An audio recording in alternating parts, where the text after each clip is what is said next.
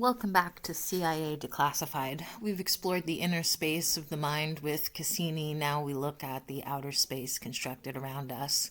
Today we confront the uncomfortable truth that the city's lobbies and corridors we navigate are not merely functional. They may be psychological tools. We are investigating Project CINDERS, initiated in the early 1980s by the Directorate of Operations with input from behavioral scientists. CINDERS was fundamentally about controlling the emotional ecology of a population through passive, subliminal, and persistent means.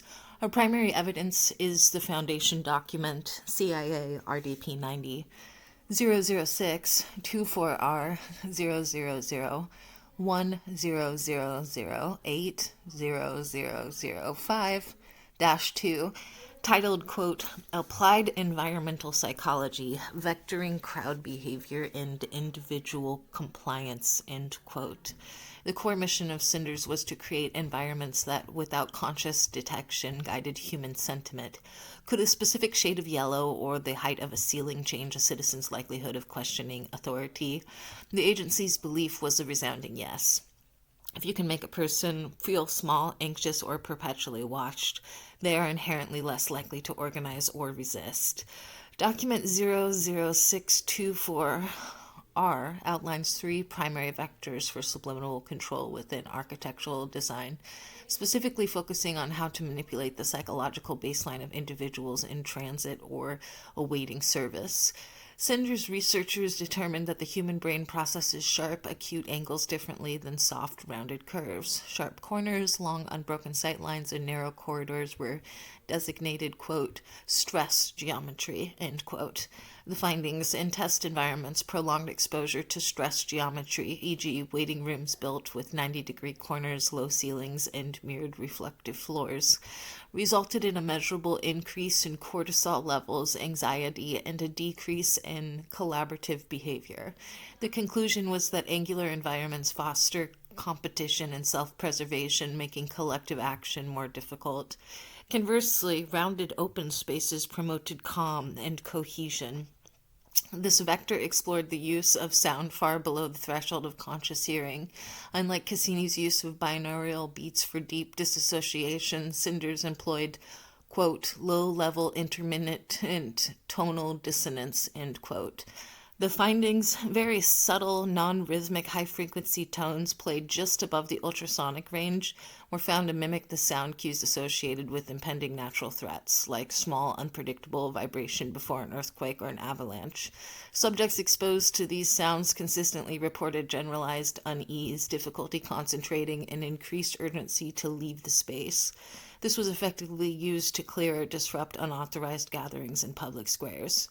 CINDERS extensively cataloged the emotional vectors of specific color wavelengths. They moved beyond simple red means stop and explored how color could accelerate an existing emotional state.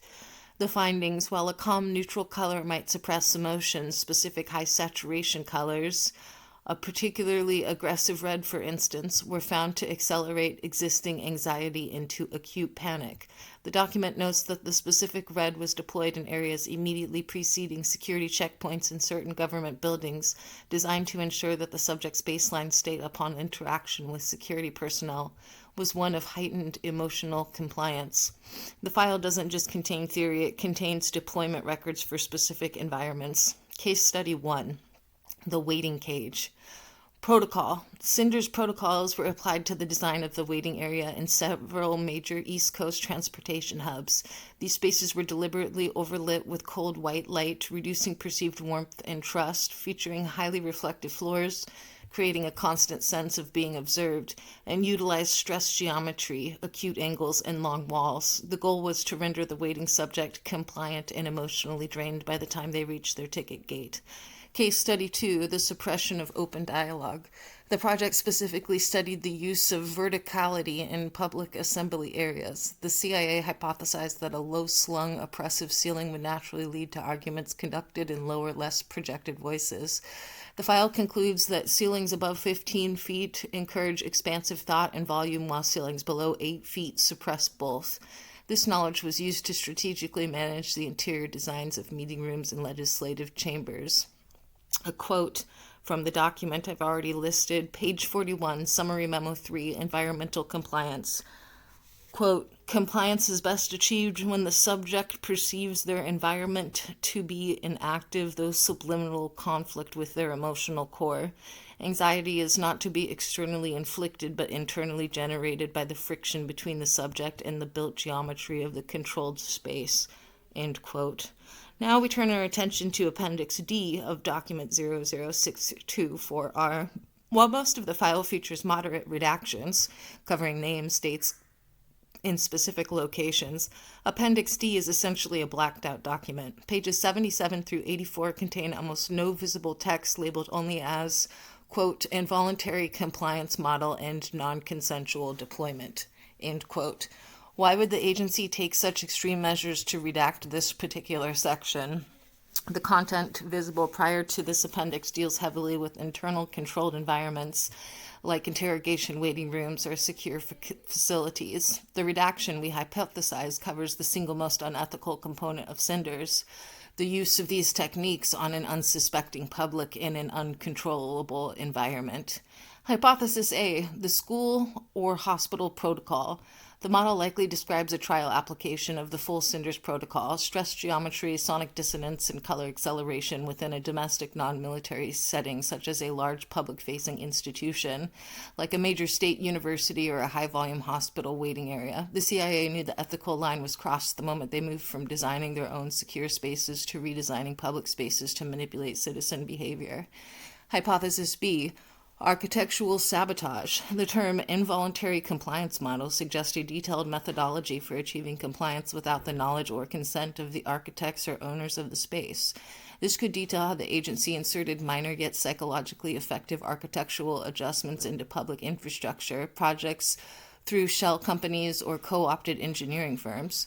The redaction covers the operational pipeline for psychological warfare deployed against the American population itself. The severity of the redaction, the complete obliteration of the text, is the agency's attempt to erase proof of internal domestic psychological operations. It suggests that the findings of this section were not just scientifically sensitive, but legally and politically explosive, confirming that the agency was willing to turn its aesthetic weaponry on the very people it was sworn to protect. Project CINDERS was eventually flagged, not for its failure, but for its frightening success and ethical ambiguity.